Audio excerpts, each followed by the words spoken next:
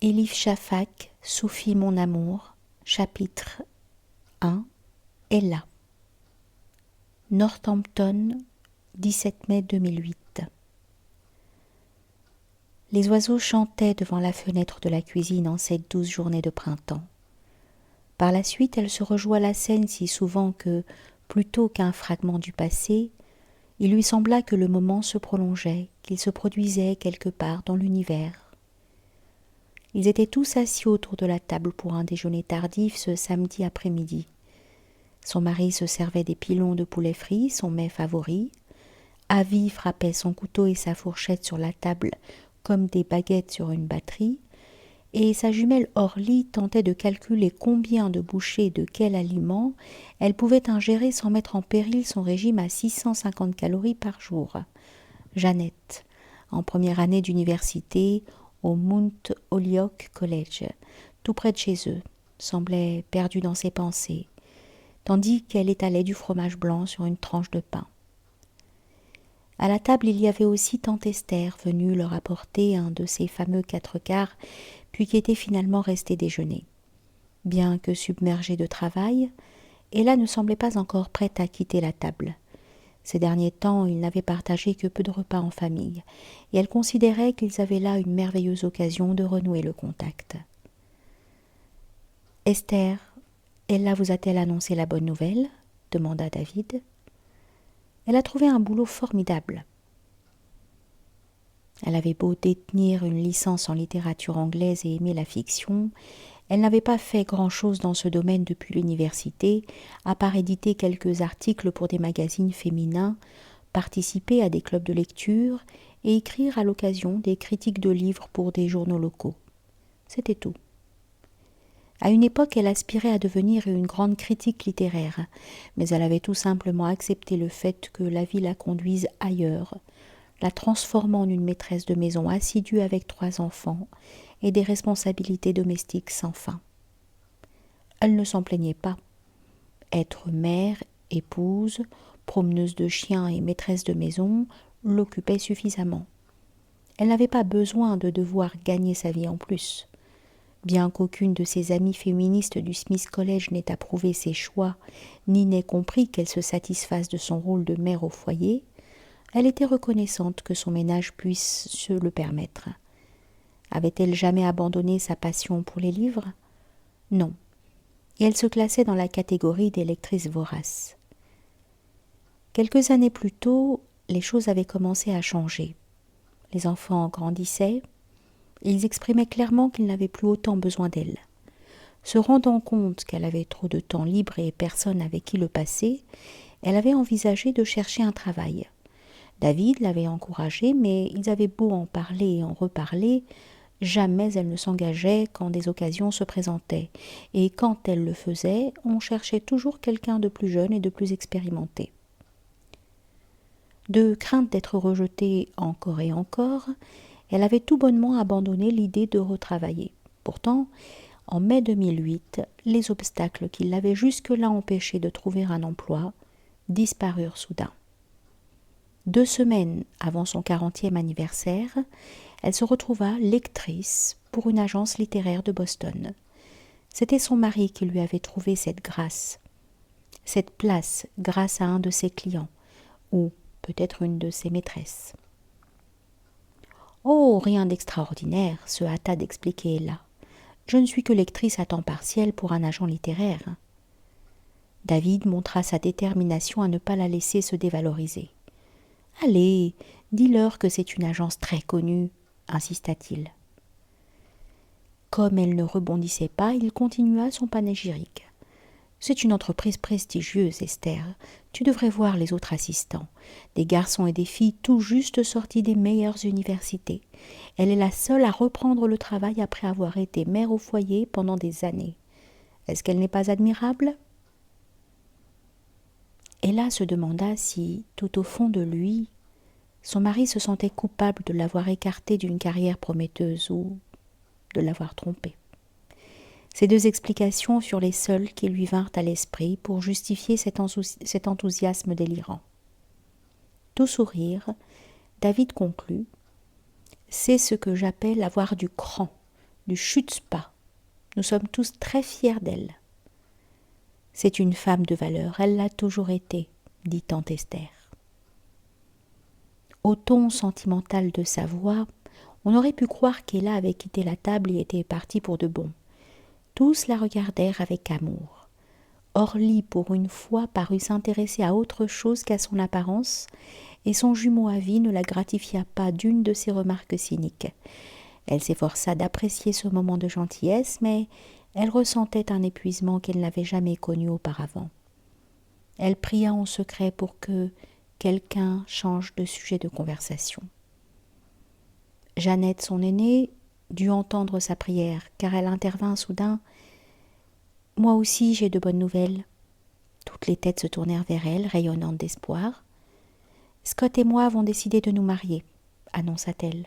« Oh, je sais ce que vous allez dire, que nous n'avons pas terminé nos études et tout ça, mais il faut que vous compreniez que nous nous sentons tous les deux prêts à passer à l'étape suivante. » Un silence gêné s'abattit sur la table de la cuisine, tandis que s'évaporait la chaleur humaine qui l'avait enveloppée quelques instants plus tôt. Orly et Avi échangèrent un regard vide, et tante Esther se figea, la main serrée autour d'un verre de jus de pomme. David posa sa fourchette pour signifier qu'on lui avait coupé l'appétit, et regarda Jeannette de ses yeux noisettes entourés de rides creusées par ses nombreux sourires. Pour le coup, il ne souriait pas du tout. Il fit la moue comme s'il venait d'avaler une gorgée de vinaigre. « Formidable. Je m'attendais à ce que vous partagiez mon bonheur, et je prends une douche froide, » gémit Jeannette. « Tu viens de dire que tu allais te marier, » fit remarquer David, comme si Jeannette ne le savait pas et qu'il fallut l'en informer. « Papa, je sais que ça peut te sembler trop tôt, mais Scott m'a fait sa demande l'autre jour et j'ai déjà répondu oui. »« Mais pourquoi ?» demanda Ella. À la manière dont Jeannette la regarda, Ella comprit que ce n'était pas le genre de question à laquelle sa fille s'attendait. Elle aurait préféré « quand » ou « comment ». Dans ces deux cas, ça aurait été signifié qu'elle allait commencer à chercher une robe de mariée. Mais pourquoi c'était tout à fait différent, et ça l'avait déstabilisée. « Je suppose que c'est parce que je l'aime, » répondit Jeannette avec une certaine condescendance. « Ma chérie, je voulais dire, pourquoi se précipiter? Est-ce que tu es enceinte ou... » La tante Esther s'agita sur sa chaise, son visage grave exprimant son angoisse. Elle sortit de sa poche une pastille contre les brûlures d'estomac et entreprit de la mastiquer. « Je vais être tonton, » gloussa Avi. Elle prit la main de Jeannette, Ella prit la main de Jeannette et la serra gentiment. « Tu peux tout nous dire, tu le sais, n'est-ce pas? Nous serons de ton côté quoi qu'il arrive. »« Maman, s'il te plaît, tu peux arrêter, » lança Jeannette en retirant sa main de celle de sa mère. « Ça n'a rien à voir avec une grossesse, tu me mets mal à l'aise. »« Je voulais seulement t'aider, » répondit Ella avec un calme qu'elle trouvait de plus en plus difficile à trouver ces derniers temps. « En m'insultant? Apparemment pour toi, la seule raison qui pourrait nous pousser à nous marier, Scott et moi, serait que je sois en cloque. Est-ce qu'il t'est venu à l'idée que je pourrais, juste une hypothèse, vouloir épouser ce type parce que je l'aime? Nous sortons ensemble depuis 8 mois. » Elle ne put se retenir de pouffer. « Ah, vraiment? Comme si tu pouvais connaître un homme en 8 mois. Ton père et moi sommes mariés depuis presque 20 ans, et même nous ne pouvons prétendre tout savoir l'un de l'autre. 8 mois, ce n'est rien. » « Il n'a fallu à Dieu que 6 jours pour créer tout l'univers, » déclara Avi avec enthousiasme. Les regards glaciaux qui se posèrent sur lui le réduisirent au silence. Conscient de la tension ambiante, David, les sourcils froncés, les yeux fixés sur sa fille aînée, lança.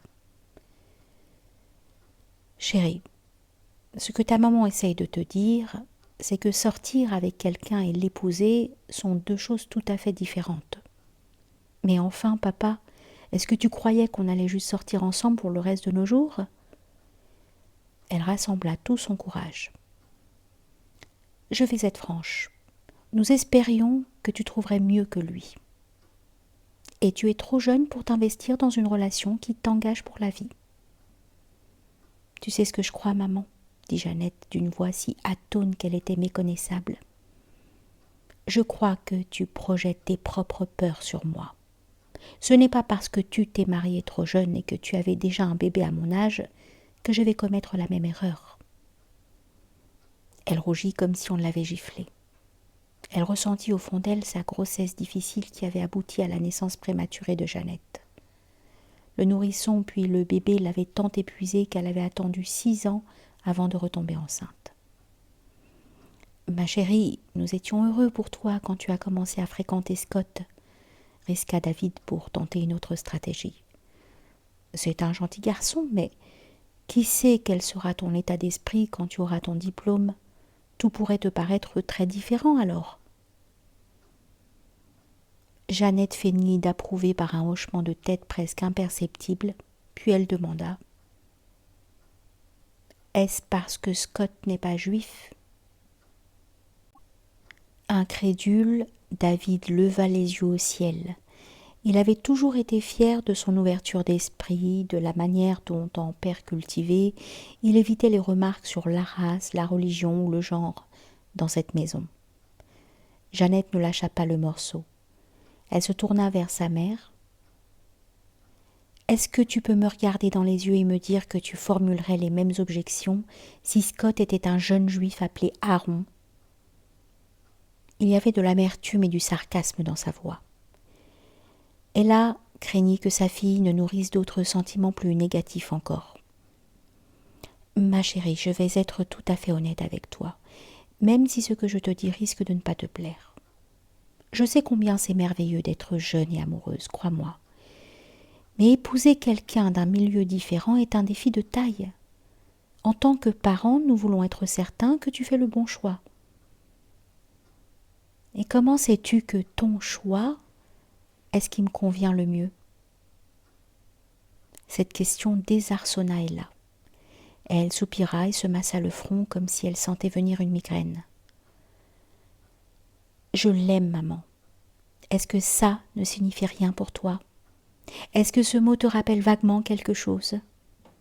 Grâce à lui, mon cœur bat plus vite. Je ne peux pas vivre sans lui. » Ella s'entendit glousser. Elle n'avait pas l'intention de se moquer des sentiments de sa fille, pas du tout, mais c'était ainsi que les autres allaient interpréter ce rire destiné à elle seule. Pour une raison qu'elle ne s'expliquait pas, elle était extrêmement nerveuse. Elle s'était déjà accrochée avec Jeannette des centaines de fois, mais aujourd'hui, il lui semblait que la querelle prenait une autre dimension. « Maman, est-ce que tu n'as jamais été amoureuse ?» insista Jeannette avec un soupçon de mépris dans la voix. « Oh, ne fais pas l'enfant, arrête de rêver et reviens à la réalité, tu veux bien ? Tu es tellement... » Ella tourna les yeux vers la fenêtre en quête d'un mot retentissant. « Tellement romantique, dit-elle enfin. »« Quel mal y a-t-il à être romantique ?» s'offusqua Jeannette. « En effet, quel mal y avait-il à être romantique ?» se demanda Ella. « Depuis quand le romantisme l'agaçait-il ?» Incapable de répondre aux questions qui rôdaient aux frontières de sa conscience, elle s'acharna. « Voyons, chérie, à quel siècle crois-tu vivre ? Il faut te mettre dans le crâne que les femmes n'épousent pas les hommes dont elles tombent amoureuses. Quand vient le bon moment, elles choisissent celui qui sera un bon père et un mari digne de confiance. L'amour n'est qu'un délicieux sentiment qui surgit et s'évanouit aussi vite. » Quand elle eut terminé, Ella se tourna vers son mari. David serra lentement ses mains et posa sur elle un regard qu'elle ne lui avait jamais connu auparavant. « Je sais pourquoi tu fais ça, » dit Jeannette. « Tu es jalouse de mon bonheur et de ma jeunesse. Tu veux que je devienne une femme au foyer malheureuse. Tu veux que je sois toi, maman. » Et là, étrangement, eut l'impression qu'un rocher s'était installé dans son ventre. Était-elle une femme au foyer malheureuse ? Une mère d'âge mûr piégée dans un mariage en pleine déroute ? Était-ce ainsi que ses enfants la voyaient, et son mari aussi? Qu'en était-il des amis, des voisins? Elle eut soudain le sentiment que tout le monde la prenait en pitié, et ce fut si douloureux qu'elle en retint sa respiration. « Tu devrais présenter des excuses à ta mère, dit David, l'air sévère. « C'est bon, je n'attends pas d'excuses, soupira Ella.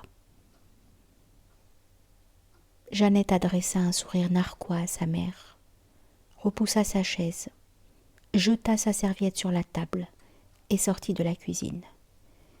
Au bout d'1 minute, Orly et Avi la suivirent en silence, soit par un rare accès de solidarité avec leur sœur aînée, soit parce qu'ils étaient las de ces discussions d'adultes. La tante Esther partit à son tour en marmonnant quelques excuses. Elle mâchonnait farouchement sa dernière pastille contre les brûlures d'estomac.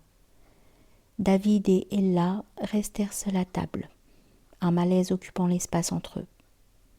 Cela peinait Ella de devoir affronter ce vide, dont ils savaient tous deux qu'il n'avait rien à voir avec Jeannette ni un autre de leurs enfants. David saisit la fourchette qu'il avait posée et l'inspecta un moment. « Dois-je en conclure que tu n'as pas épousé l'homme que tu aimais ? » ?»« Oh, je t'en prie, ce n'est pas ce que j'ai voulu dire. »« Et que voulais-tu dire ? » ?»« Je te croyais amoureuse de moi quand on s'est mariés. »« J'étais amoureuse de toi, à l'époque. » Ne put s'empêcher d'ajouter Ella. « Quand as-tu cessé de m'aimer ? » Stupéfaite, Ella regarda son mari comme quelqu'un qui n'a jamais vu son reflet et le découvre dans un miroir. Quand avait-elle cessé de l'aimer ? Elle ne s'était jamais posé la question. Elle voulut répondre, mais se trouva à court tant de volonté que de mots. Tout au fond d'elle, elle savait qu'ils auraient dû se concentrer sur eux et non sur leurs enfants. Mais ils avaient choisi de continuer ce qu'ils faisaient le mieux, laisser les jours passer, la routine prendre le dessus, et le temps s'écouler dans son inévitable torpeur. Elle se mit à pleurer, incapable de retenir cette tristesse permanente qui, sans qu'elle en prenne conscience, avait fini par faire partie d'elle-même. David détourna son visage angoissé. Ils savaient tous deux qu'ils détestaient autant la voir pleurer qu'elle détestait pleurer devant lui. Par chance, le téléphone sonna. David décrocha. « Allô ? Oui, elle est là. Ne quittez pas. » Ella se ressaisit et prit le ton le plus jovial possible. « Oui, Ella à l'appareil. »« Bonjour, c'est Michel. Désolée de vous déranger pendant le week-end, » gazouilla une jeune femme. « Mais hier, Steve voulait que je prenne de vos nouvelles et j'ai oublié. Avez-vous commencé à travailler sur le manuscrit ?»« Oh !»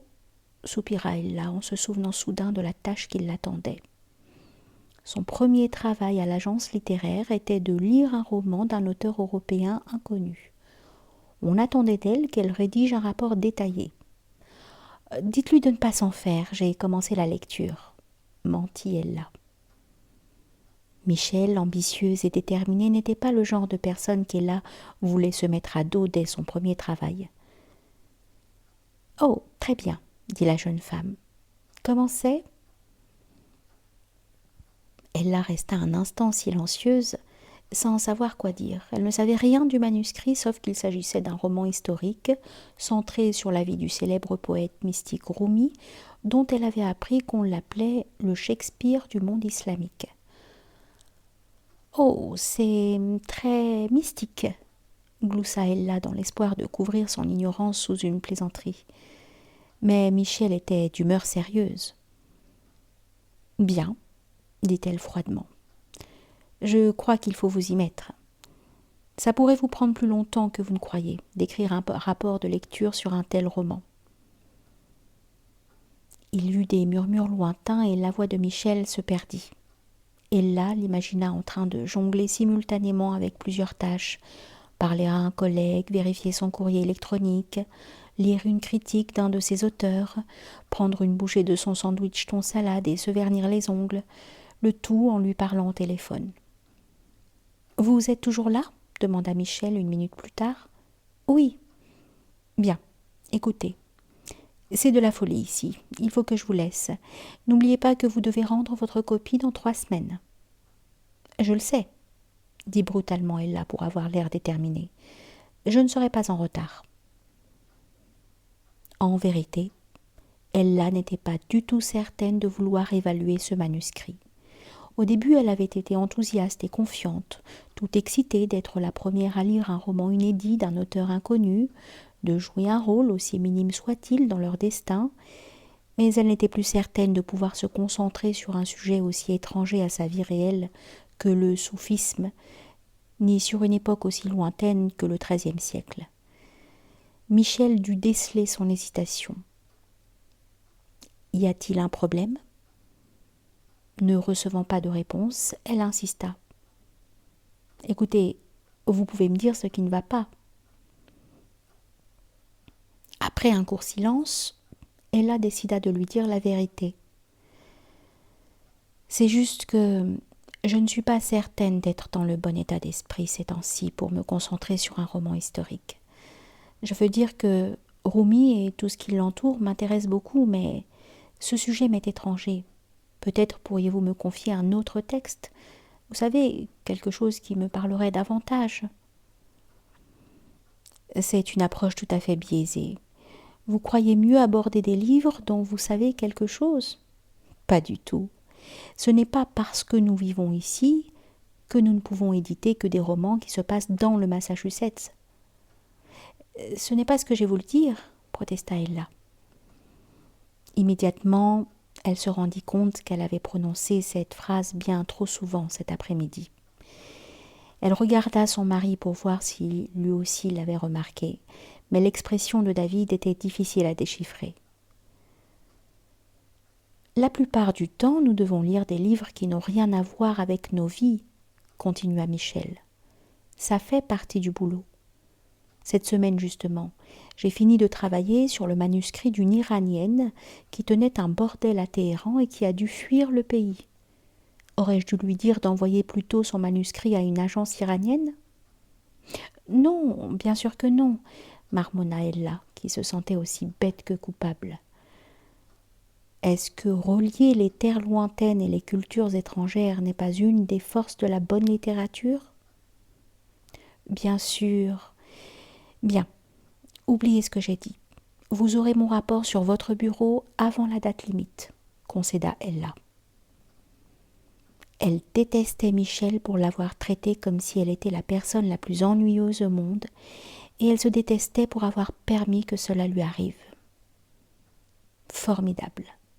C'est dans cet esprit qu'il faut travailler, conclut Michel de sa voix chantante. Ne le prenez pas mal, mais je crois que vous devez garder à l'esprit qu'il y a des dizaines de personnes qui adoreraient avoir votre emploi. Et presque toutes sont moitié plus jeunes que vous. Ça stimulera votre motivation. Quand Ella raccrocha, elle vit que David la regardait, solennel et réservé. Il semblait attendre qu'il reprenne là où il les avait interrompus. Mais elle n'était pas en état de se préoccuper davantage de l'avenir de leur fille, si c'était bien ça qui les inquiétait en premier lieu. Plus tard, ce soir-là, elle était seule sur la terrasse, dans son fauteuil à bascule préféré, le regard perdu dans le coucher de soleil orange sanguine de Northampton. Le ciel paraissait si proche, si ouvert qu'on aurait pu le toucher. Son cerveau s'était apaisé, comme fatigué par tout le bruit qui tourbillonnait dedans. Le remboursement des achats du mois par carte de crédit, les mauvaises habitudes alimentaires d'Orly, les mauvaises notes d'avis, tante Esther et ses maudits gâteaux, la santé déclinante de son chien Spirit, les projets de mariage de Jeannette, les aventures secrètes de son mari et l'absence d'amour dans sa vie, l'une après l'autre, elle jeta toutes ses pensées dans des petites boîtes mentales.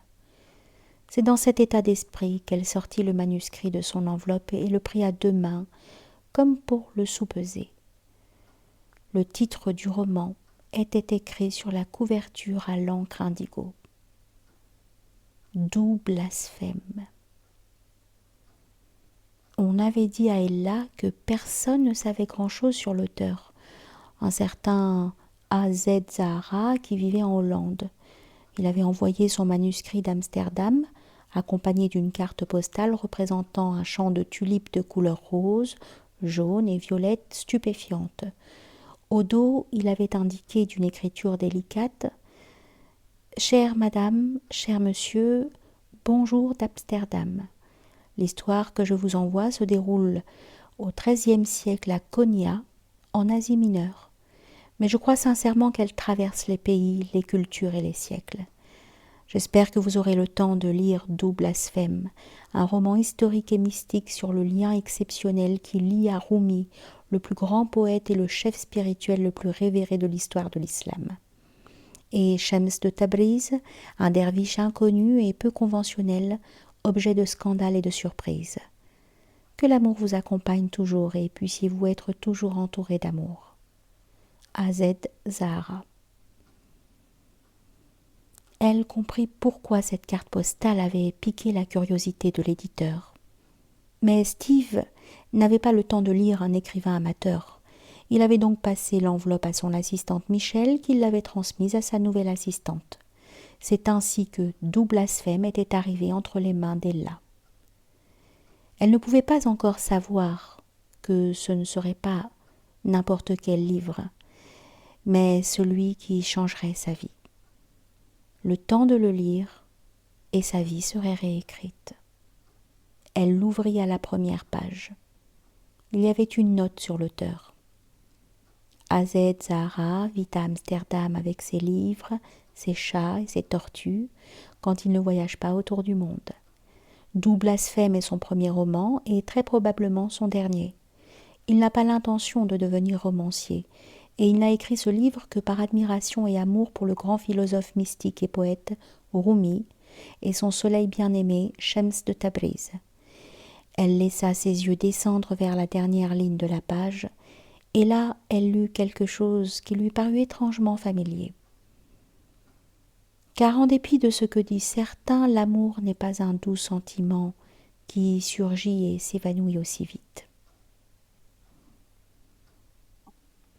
Stupéfaite, elle comprit soudain que c'étaient exactement les termes qu'elle avait employés en parlant à sa fille dans la cuisine plus tôt ce jour-là.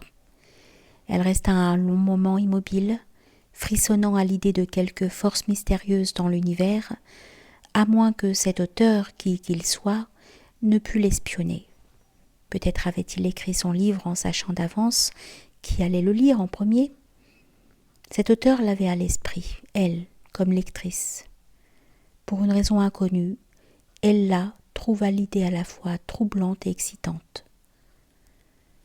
De bien des manières, le XXe siècle n'est pas si différent du XIIIe siècle. Tous deux figureront dans l'histoire comme des périodes d'affrontements religieux, d'incompréhension culturelle, où le sentiment général d'insécurité et la peur de l'autre furent sans précédent. À de telles époques, le besoin d'amour est plus fort que jamais. Soudain, le vent souffla dans sa direction, frais, fort, dispersant les feuilles sur la terrasse. La beauté du coucher de soleil dériva vers l'horizon à l'ouest et l'air parut terne, sans joie. Parce que l'amour est l'essence même, le but de la vie, comme Rumi nous le rappelle, il frappe tout le monde, y compris ceux qui le fuient, y compris ceux qui utilisent le mot romantique pour marquer leur réprobation. Ella fut aussi bouleversée que si elle avait lu « L'amour frappe tout le monde, y compris une femme au foyer entre deux âges à Northampton, une certaine Ella Rubinstein. » Son instinct lui ordonnait de poser ce manuscrit, de rentrer dans la maison et d'appeler Michel pour lui dire qu'elle ne pourrait en aucun cas écrire un rapport de lecture sur ce roman. Au contraire, elle prit une profonde inspiration et tourna la page, puis commença sa lecture.